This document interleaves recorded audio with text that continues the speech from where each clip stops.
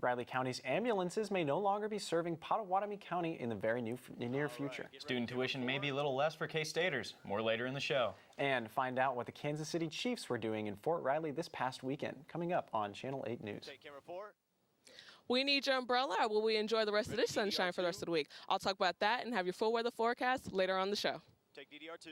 This is KKSU-LD, covering Manhattan, Riley County, and the Flint Hills, broadcasting in high definition from Kansas State University. You're watching Channel 8 News. Take 2.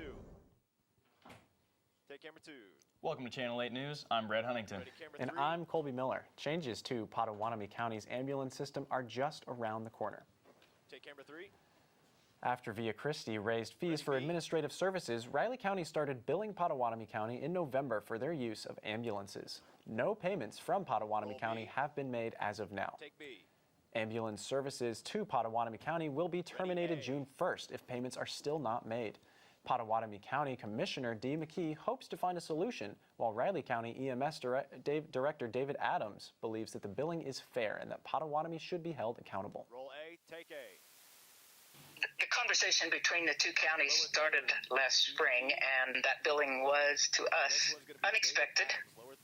And we came back with some questions about what was really the benefits that they received in terms of billing and what were the issues that they were putting on the table.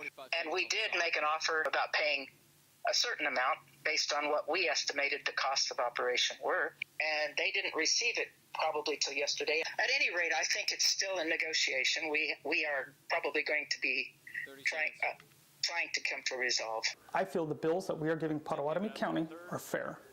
What we are giving them are what it costs the Riley County taxpayers to cover that ambulance service. There is no extra money put in there. We're not making a profit.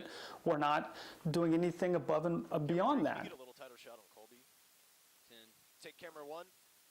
A bill was passed by the Kansas Senate last week that may give Kansas State money that they lost after recent education budget cuts. The restoration includes nearly $24 million in budget cuts that occurred to higher education last year.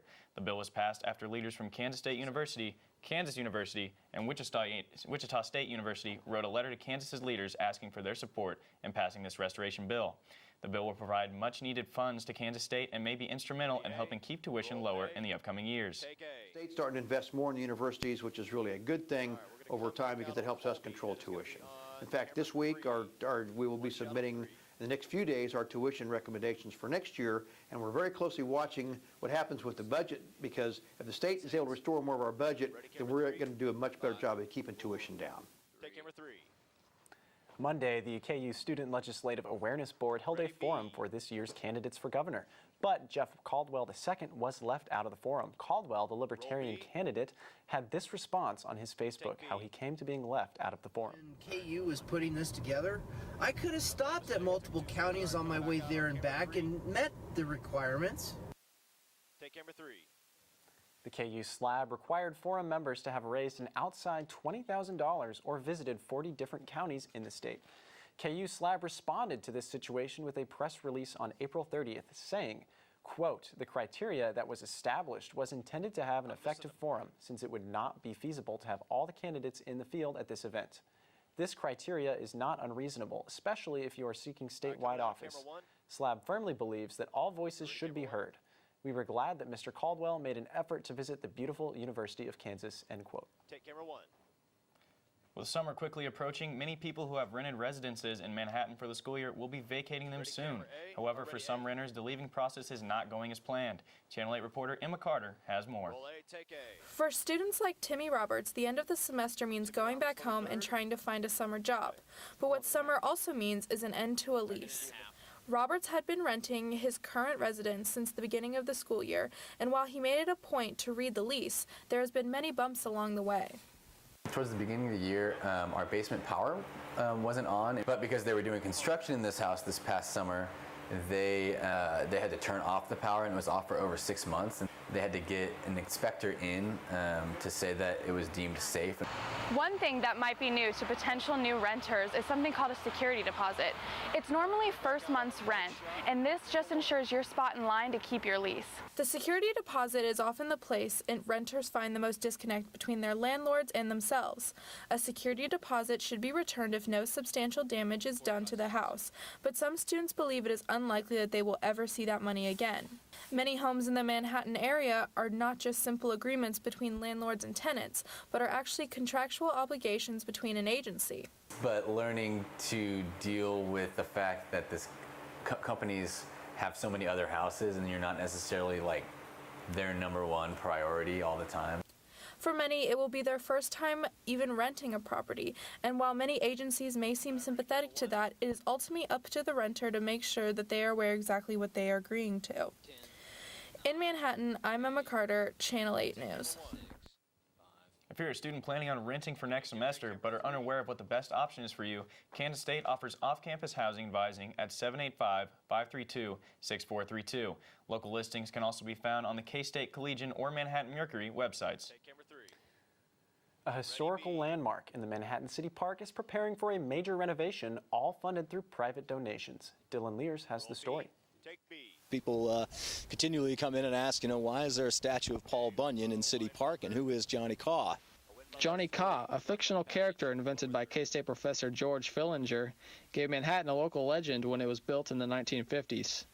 A large renovation is in the works for the often overlooked statue, a renovation that has been long overdue, according to Wynn Butler. And of course, Johnny Caw's been here for 52 years, and we haven't really done any improvements on him. And so the idea is to create a photo op location and a plaza where people can come and see Johnny Caw, but more important, we want to add signage and the story of Johnny Caw, which is not visible today. Even though the statue sits here in City Park, all the future renovations are funded completely by private donations. The original statue was built for about $7,000 and no taxpayer dollars. And the interesting thing I liked about the original Johnny Caw book, it had a quote in it that I thought is very fitting, and they said, "We're building a statue of Johnny Caw in City Park. With taxpayer money, certainly not." The history of Johnny Caw follows a trend of similar monuments built in the 50s and 60s. And back in the 50s and early 60s, there was a kind of phenomenon here to America where they had these roadside colossuses, which were giant statues basically on the side of the highway that were enticing travelers to pull off and get a bite to eat here, get your gas station, get your fuel for the car over there. And he felt that Manhattan, Kansas deserved one of these as well. A birthday celebration will be held next Thursday, May 10th, to honor the Johnny Caw statue. In Manhattan, Dylan Lears, Channel 8 News. The fundraising process continues as they approach their goal. You can find out more on the Friends of Johnny Caw Facebook page. Coming up, Colbert Hills is celebrating its 18th anniversary. The graduation season for K-State seniors is here. What does the future hold? These stories and more on Channel 8 News right after this.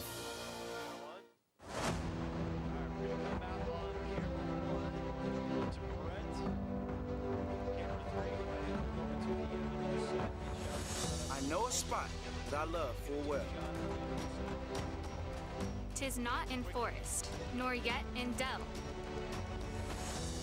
Ever it holds me with magic spell. I think of thee, alma mater.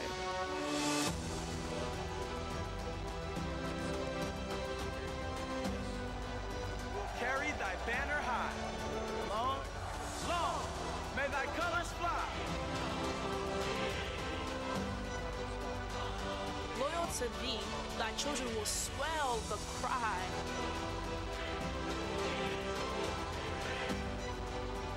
Hail, hail, hail, alma mater. We're working on it. Research. It's applying the bigger picture toward the greater good. Defending the world from adversaries, both seen and unseen. Interpreting realities to unlock solutions. It's our land-grant mission to serve our world utilizing sharp minds, from first-year students to world-renowned experts. What makes research so strong at Kansas State University? Vision, progress, you. Welcome Welcome back to Channel 8 News. Carrie Keller, the KSU Career Center Executive Director, now joins Colby to talk about how students can take advantage of the Career Center. Colby? Take 3.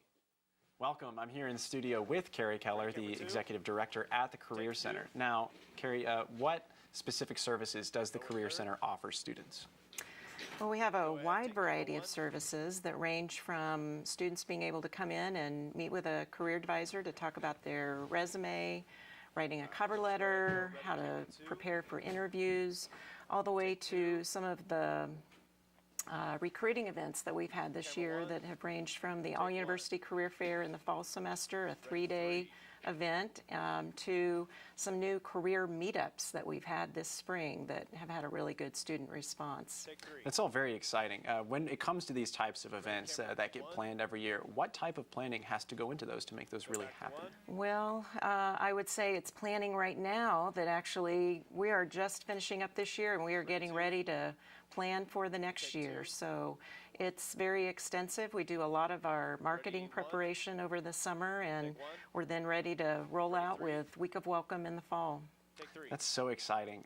For students, what exactly is the importance of the Career Center? Well, I think, the Career Center is one place where students can get guidance, support, encouragement for whatever kind of career aspirations they have. I think the thing of it is that really K-State is a community that really supports students in their career futures.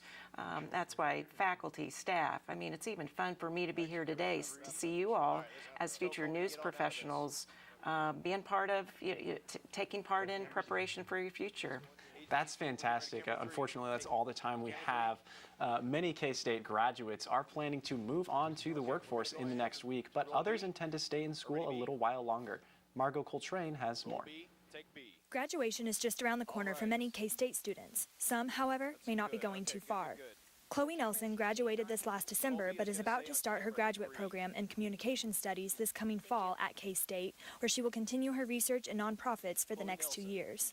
I came for the people and I stayed for the people, so I knew I would get a similar experience at different graduate schools with similar funding, but it didn't come down to the funding, it came down to people. Over 55% of master's students at K-State also attended the university for their undergrad programs. The most popular graduate programs include personal financial planning, academic advising, and food science. The graduate school office at K-State offers a variety of services for its students, such as interview and salary prep, research presentation practice, as well as transitional help from undergrad to graduate studies. The reason I believe that they should come here is our strong academic programs, the support services that are available, the quality of our mentoring, and the success our graduate students have once they complete their graduate degrees. Attending graduate school is no small task, but the continued education can be worth the advancement in one's career. So definitely not somebody's like plan C. This should be your number one choice because you're going to dedicate probably a pretty good chunk of your life to either furthering your research or furthering just your knowledge in whatever you want to study. And so you definitely have to want it. The graduate school graduation will be taking place Friday, May 11th at Bramlage Coliseum. In Manhattan, I'm Margot Coltrane, Channel 8 News. Take camera 3. To learn more about the services and opportunities the graduate school office has to offer, visit k-state.edu/grad. Graduation is not here just yet. Finals week must come first. If you are in need of help to study, there are several tutoring locations on campus. Tutoring will be available in Derby rooms 133B and 134, along with the Kramer Rocky Ford classroom. Today, tutoring will be from 2:30 to 4:30 p.m. in Derby 133B and from 5:30 to 9:30 p.m. in the Kramer Rocky Ford classroom. Both locations will be closed on Saturday. Tutoring will be open in Derby on Sunday and Monday as follows. During finals week, tutoring will be available on Monday, Tuesday, Wednesday, and Thursday with times as shown. For more information, you can visit www.lib-state.edu/finals-week. If you don't necessarily need tutoring, but you still want a quiet place to study, Hale Library will be open 24 hours until Friday, May 11th at 8 p.m. On the third floor, you can find an individual study setup. Conversations are not allowed and cell phones must be on vibrate. For more information, you can visit the Kansas State University website at the link below. That is all the information I have for you on Finals Week. Back to you, Brett. Take camera 2. Thanks, Colby. Tiffany, how's the weather shaping up? Well, so far, May has definitely started off with a bang. I'll have more on that in your full weather forecast after the break.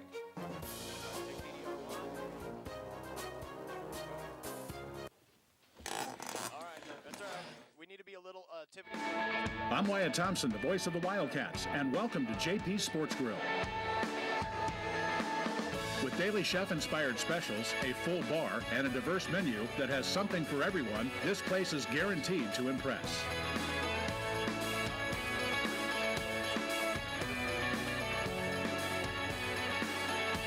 JP Sports Grill, your new favorite spot. I was so pleased with what I saw on the discussion boards last night. Who started the module? K-State Global Campus offers flexible online learning, the same name brand education, quality programs, and recognized award-winning professors with the flexibility to fit your life. We'll be working on Project 3 this week. It's a group project. For your comfort and safety, light baggage must be stored in the overhead. K-State Global Campus. Always on, always there.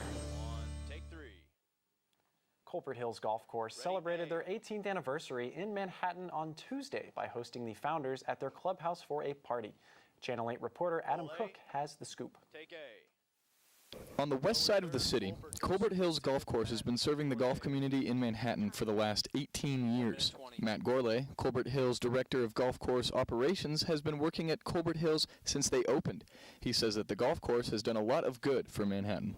I came here in August of '99, and so I was here during the construction and growing of Colbert Hills Golf Course. And I remember the opening day, May 1 of 2000. We brought in PGA professionals from all over the country as well as LPGA professionals, and they came out to help us celebrate the opening of Colbert Hills Golf Course, which is the home of K-State Golf. And so it's really matured and expanded the western presence of Manhattan. I mean, there's a lot more houses and development coming on at Colbert Hills Golf Course than there was back in 2000. We invited an awful lot of people to come up here, you know, and enjoy our birthday with us and everything. We've got a lot of founders in the clubhouse tonight, people that really made this thing happen 18 years ago. Without the founders, we probably wouldn't be here. So they were generous donors that allowed us to build the golf course, and then later on we were able to raise enough money to build the clubhouse, which opened in 2010. If Colbert Hills remains Kansas State's golf course, you can expect to see them around for at least another 18 years. From Manhattan, I'm Adam Cook, Channel 8 News. The weather is getting nicer, and golf courses like Colbert Hills around Manhattan will be looking forward to having more people come out and hit the links. Let's go ahead and take a look at the weather, see if the severe weather we've had over the past couple of days is kind of clearing up, or if there's more in store over the weekend. Well, I certainly hope not, but let's give it on over to Channel 8 Weather with Tiffany Horn. Tiffany? Thanks, Brett and Colby. As you can see on our national Doppler radar, like I said before, May has started off with a bang. But it seems like those storms are gradually moving up to Chicago, going more near Illinois and going through Missouri. But we do need to watch out for the south region because we could potentially have some storms later on in the week. Now on to just more local news in Kansas. We're going to be 65 degrees over here in Wiley County. More towards Wyandotte County is going to be about 66 degrees. When we move more west of Kansas, more northwest of Kansas, it's going to be 50, a little bit cooler down, a little bit warmer down in southeast Kansas with 66 degrees. And now we're going to move on to our 24-day forecast where for sunrise it's going to be about 64 degrees, partly cloudy to start off with. Pretty good morning. And then for sunset, around 8:30 p.m., it's going to be about 53 degrees with winds about 15 to 20 miles an hour and humidity at 60%. So that 84 degrees is definitely going to feel a little bit more hotter. And now we're on to our 5-day weather forecast, where on Friday it's going to be about 78 degrees. Saturday is going to be 81, so it looks like our weekend, we're actually going to be able to get away from the rain for a few more days, but with a low of 50 and 55. So now we're moving on to Sunday and Monday. We might see some scattered showers because it's going to be a little partly cloudy with a high of 77, a low of 53. And on Monday, I have 78 and a high of 54. And on Tuesday, high 81. Now back to your desk. I guess that's all we have for weather today. Back to you at the desk. K-State baseball, the Kansas City Chiefs draft results in a special draft event held at Fort Riley for the Kansas City Chiefs and Soldiers coming up next on Channel 8 Sports.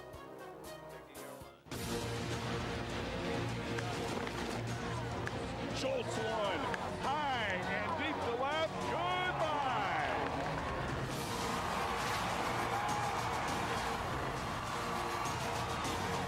Shot to right. K-State's going to try and score two. Another play at the play, but this time Redmond slides past the tag.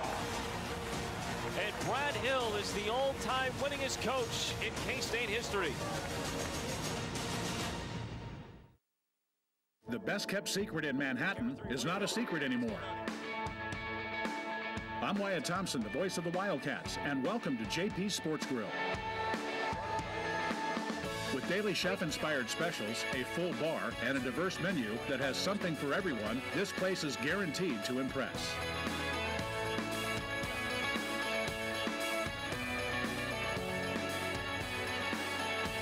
JP Sports Grill, your new favorite spot. We are a family that does not tolerate discrimination of any kind. A family that believes diversity, inclusion, and sportsmanship are expectations. A family that is supportive and seeks to promote a positive environment. A family that treats all people with respect and dignity. No matter their color, creed, gender, ethnicity, or sexual orientation. We are an empowered family. Who empowers family. Welcome to K-State. This is who we are. Welcome back to Channel 8 News. I know we've all been super busy, but Brett, did you get a chance to check out last week's NFL Draft? Sadly, no, I did not, but we had a few reporters that were able to go across to Fort Riley to get a neat look at Draft Day in Chiefs Kingdom. Jared? Thanks, Coley. What a fantastic weekend of K-State sports. NFL Draft was last week, which meant Kansas City Chiefs were in action. Chiefs great Priest Holmes walked out onto the stage in Dallas, Texas, and called the name of their first pick in the 2018 NFL Draft, Breeland Speaks, linebacker from Ole Miss. The Chiefs then drafted 5 more defensive players to add to the roster after most of their defense was let go in the offseason. The Chiefs organization also visited Fort Riley on Saturday for an exclusive draft event. The occasion was open to active duty soldiers and their family members, as well as Chiefs players, cheerleaders, Casey Wolf, and more. Channel 8 News reporter DJ Render had a chance to check out the draft event. Take B. 2018 NFL Draft, Kansas City Chiefs select Armani Watts. The NFL Draft is up and rolling here in Fort Riley, Kansas. The Kansas City Chiefs football organization and the soldiers of Fort Riley teamed up to throw a draft day party for the ages. Fans from all over the state of Kansas made their way to Fort Riley to partake in this event. There was food to eat, games to play for the kids, and music for everyone to enjoy. However, with all the food and games to enjoy, that wasn't the topic of discussion. The fans wanted to see who the Chiefs were going to draft, and there was one lucky soldier that was fortunate enough to announce the draft picks, Dallas May. I just kind of told him I'm a humongous Chiefs fan, probably the biggest one in this whole building, I'm not going to lie. And I just got lucky. It was all luck of the draw. As you can see here at the Kansas City Chiefs draft day party, it was more than just a family fun event for all these families to have a great time, but it also meant something deeper to the players and the soldiers here in attendance. I feel like this one is kind of like an appreciation thing, just giving back to the people that serve our country and put their lives on the line. So I think it's a good, a good event for me to come back and give back. Like, I don't know, it's kind of emotional. Like, I was so pumped up there, and it's awesome. It's just, he did it. I'm like happy with tears. I'm just pumped. It made my whole life. Like kids, wife, Chiefs. The Kansas City Chiefs and the soldiers of Fort Riley came together to have a great event for the 2018 NFL Draft. At Fort Riley, I am DJ Render, Channel 8 News. Sure looks like DJ had an intriguing time at Fort Riley this past weekend with all the families, soldiers, and the players. In other sports news, the K-State baseball team was in action over the weekend. A 3-run home run by Baylor shortstop Nick Lofton in the 6th inning on Sunday opened a 4-run lead for the Bears and lifted them to an 8-5 victory in a 3-game series sweep of K-State.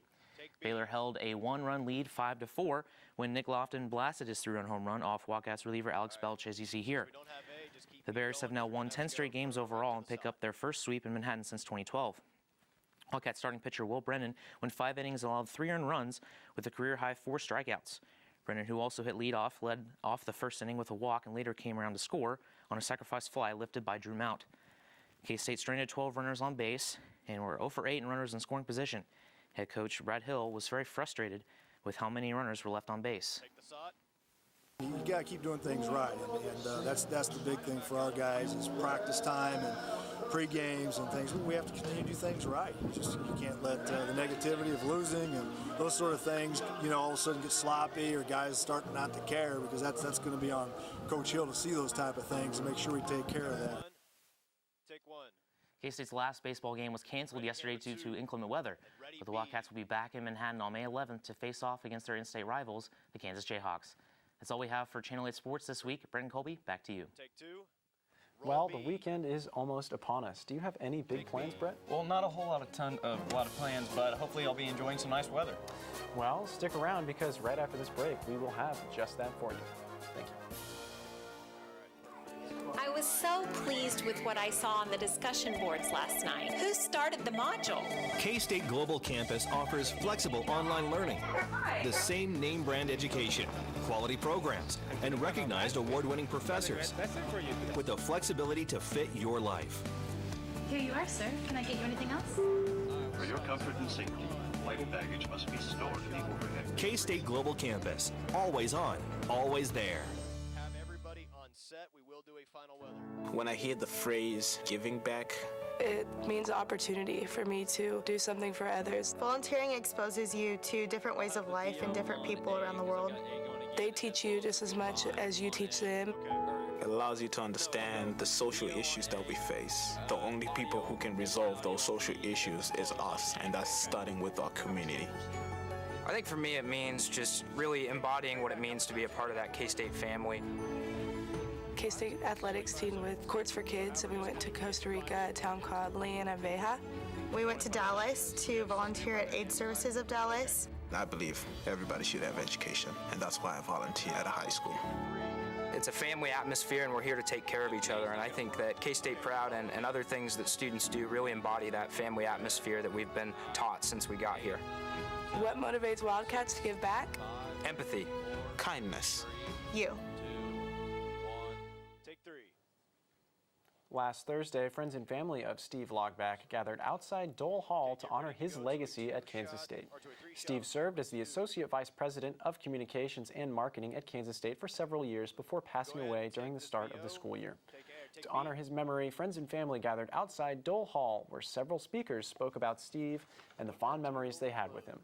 A memorial plaque was placed outside Dole Hall, and a fat Albert spruce was planted next to it to honor him. The spruce tree has more significance than what meets the eye. Ready, camera two, take two.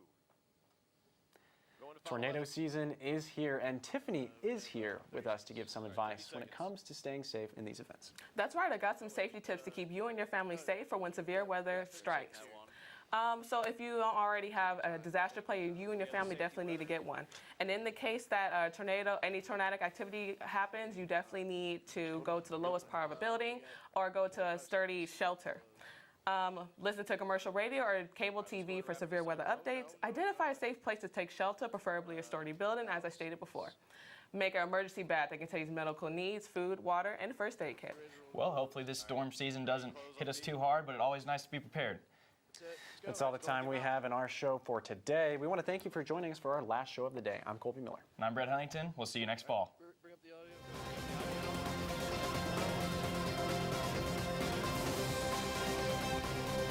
This is Channel 8 News.